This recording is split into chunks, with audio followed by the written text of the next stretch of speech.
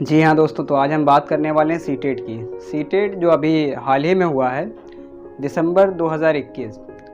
दरअसल वीडियो बनाने का मकसद ये था कि मेरे बहुत सारे दोस्तों ने, बहुत सारे लोगों ने ये रिकमेंड किया कि यार फ़ाकिर, आपने पहली बार में कैसे सीटेट क्लियर किया। हालांकि मैं जानता हूँ कि सीटेट पास करके कोई मैंने बहुत बड़ा तीर नहीं मार दिया है, लेकिन फिर भी जब आप सीटेट का रिज़ल्ट का रेशियो देखते हैं तो आप देखते हैं कि अगर लेवल 1 की बात करें तो आप देखते हैं 18,92,276 लोगों ने अप्लाई किया था, जिसके बाद 14,95,911 लोगों ने पेपर दिया और उसमें से 4,45,467 लोग तकरीबन यानी 30%, हर 100 में से 30 बच्चा पास हो, 70 फेल हुए। इसी तरीके से लेवल 2 की अगर बात करें तो मात्र 17% उसका रिज़ल्ट आया। उसमें समझिए कि हर 100 में से 83 बच्चा फेल हुआ और 17 बच्चे पास हुए। तो मैंने इसीलिए वीडियो बनाने का सोचा कि हम बताते हैं कि मेरी स्ट्रेटेजी क्या रही। ऐसा भी नहीं है कि मैं बहुत जीनियस था कि एग्ज़ाम से एक दिन पहले मैंने बस वो किताब उठाई, उसको बस देखा और फिर स्कैन किया, दिमाग में मेरे छप गया, सुबह उठा और पेपर देखने चला गया। उसके बाद मेरा रिज़ल्ट आ गया कि मैं जो है लेवल 1 और लेवल 2 दोनों क्लियर हुआ। फिर मेरी स्ट्रेटेजी क्या रही, मैंने कैसे जो है सीटेट को क्लियर किया।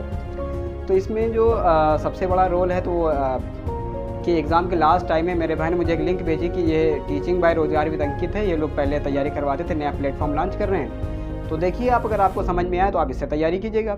तो खैर मैंने उसको देखा, खोला, क्योंकि मेरा डीएलएड क्लियर हुआ था और मुझे कोई आशियाना, कोई ठिकाना तो चाहिए था कि मैं पढ़ने के लिए। मैंने कोचिंग इंस्टीट्यूट पे जो है पूछा, पता किया इधर उधर, तो कहीं 6,000 कहीं 7,000 ऐसी जो है वो फ़ीस थी। और उसमें अगर आप बात करेंगे तो उसमें रहना खाना सारी चीज़ें, और ऊपर से लॉकडाउन, मनी मैनेजमेंट, रहने का काफ़ी समस्याएं थी। तो मैंने ऑनलाइन प्लेटफॉर्म को ही चूज़ किया। उसके बाद मैं घर आया, मेरी बहुत सारे क्लासेस छूट चुकी थी, तो मैंने टीचिंग बाय रोज़गार विद अंकित से उसको देखा, उसके जो है चीज़ को फॉलो किया। और मैथ्स वगैरह में स्पेशली मुझे दिक्कत थी तो वो मैंने वहाँ से फॉलो किया, गाइडेंस लिया, तो वहाँ से मैंने तैयारी करना शुरू की। उसके बाद से जो है अगर आप बुक मटेरियल की बात करें तो मैंने सिर्फ एक बुक ख़रीदी थी लेवल 1 के लिए, यूथ कंपटीशन के, जिसमें प्रीवियस ईयर के सवाल पेपर आते हैं। और अगर लेवल 2 की बात करें तो उसकी भी एक बुक ली थी, वो भी मैंने बहुत लास्ट टाइम, जो भी एक बार आप जानते हैं पेपर कैंसिल हो गया ना, तो सेकेंड टाइम में वो बुक खरीदी थी। शायद फर्स्ट टाइम में तो मेरे पास किताब थी या नहीं थी। तो उसके बाद से खैर मैंने जब किताब ली तो प्रीवियस ईयर क्वेश्चन पेपर लगाए और टीचिंग बाय रोज़गार विद अंकित से क्लासेज भी ली। कॉन्सेप्ट तो मेरा वहीं से क्लियर हुआ, प्रीवियस ईयर क्वेश्चन लगाने के बाद कुछ कॉन्फिडेंस आए, और इनके मॉक टेस्ट हर संडे को होते थे, उसको मैंने दिया। तो जब मैं प्रीवियस ईयर हल कर रहा था तो उसमें समझिए मैंने 2011, 19, 18, 17 ये प्रीवियस ईयर हल किए सीटेट के लेवल 1 के। और लेवल 2 को मैंने साइड में रखा था कि ऐसा ना हो कि सबके चक्कर में जो है मेरा ना लेवल 1 ही निकले ना लेवल 2, और मैं रिस्क नहीं ले सकता था। मैं चाहता किसी भी एट एनी कॉस्ट मुझे क्लियर करना ही करना है। तो खैर मेन फोकस मेरा यूपी टेट था, क्योंकि वो जो है यूट्यूब पे भी यूपी टेट ही चला रहे थे और सीटेट के बारे में कुछ पता था नहीं। तो फिर मैंने किया कि स्टेप बाय स्टेप तैयारी करना शुरू की। अब जब मैंने यूपी टेट का पहले पेपर दिया, वो एग्ज़ाम कैंसिल हो गया, फिर सीटेट का उसी की जस्ट बाद आया। तो सीटेट के लिए सारथी सीरीज और गागर में सागर सीरीज ये चल रही थी, वो क्लासेज मैंने ली। तो कॉन्सेप्ट मेरे बहुत सारे क्लियर हुए, उससे मुझे बड़ी मदद मिली।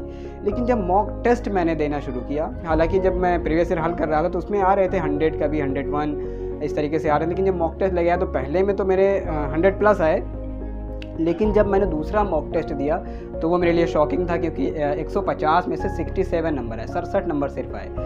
तो मुझे लगा कि यार ऐसा तो नहीं कि सीटेट निकल ही ना पाए मेरा। तो खैर मैंने उसके बाद से कॉन्फिडेंस रखा और कंटिन्यू किया। लेवल 2 के भी 2-3 प्रीवियस ईयर हल किए। उसके बाद मैंने जब पढ़ना शुरू किया तो सारी चीज़ें ऑलमोस्ट क्लियर होती गई। फिर जब एग्ज़ाम दिया तो एग्ज़ाम देते ही मुझे लग गया था, क्योंकि फर्स्ट टाइम सीबीटी था, कंप्यूटर बेस्ड था, तो उसमें थोड़ी सी दिक्कत तो हुई, लेकिन वो मुझे लगा कि ऑफलाइन से भी बेहतर ऑनलाइन होता है, क्योंकि उसमें ना कुछ भरने की ज़रूरत है, सिर्फ आप टिक करें और काम जो है हो गया। तो खैर मैंने वहाँ से जब पेपर दे के आया तो मुझे पता चल गया कि फ़र्स्ट तो मेरा क्लियर ही है, और सेकंड वाले का मैंने ना आंसर की मिलाई, क्योंकि मैं ऑलमोस्ट ये जानता था कि मेरा क्लियर तो होगा, लेकिन मैं डाउटफुल था कि, क्योंकि मैंने सेकंड लेवल की, अगर आप देखें लेवल 2 में, तो मैंने साइंस बिल्कुल नहीं पढ़ी थी, छुआ तक नहीं था उसको, बस लास्ट टाइम की एक आध क्लासेस ली थी, क्योंकि मेरा मेन फोकस लेवल 1 था। लेकिन मैंने इंग्लिश आप देखें, हिंदी देखें, CDP देखें, यानी साइकोलॉजी, तो वो मैंने उस पर बेहतरीन पकड़ बनाई थी कि मेरे यहाँ से न छूटने पाए।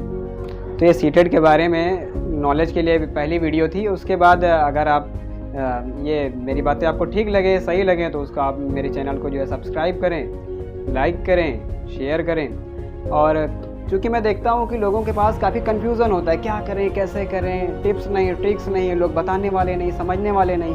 हालांकि जब मैं इस फील्ड में उतरा तो मैंने देखा कि nothing impossible, everything is possible and we can do it easily, but on the better suggestion, on the better.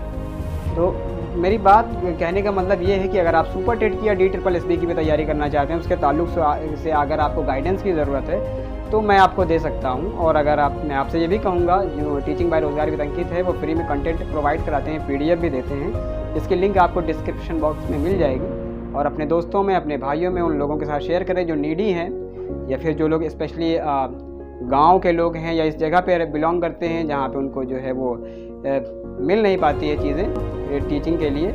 तो ये चीज़ें हैं, मैं काफ़ी लोगों को जानता हूँ जो लोग कब से दे रहे हैं सीटेट, उनका क्लियर नहीं हो रहा है। तो उसके बारे में भी बहुत सारी इजी टिप्स एंड ट्रिक्स हैं जिसको हम अगले वीडियो में शेयर करेंगे। अभी के लिए फ़िलहाल इतना ही, शुक्रिया।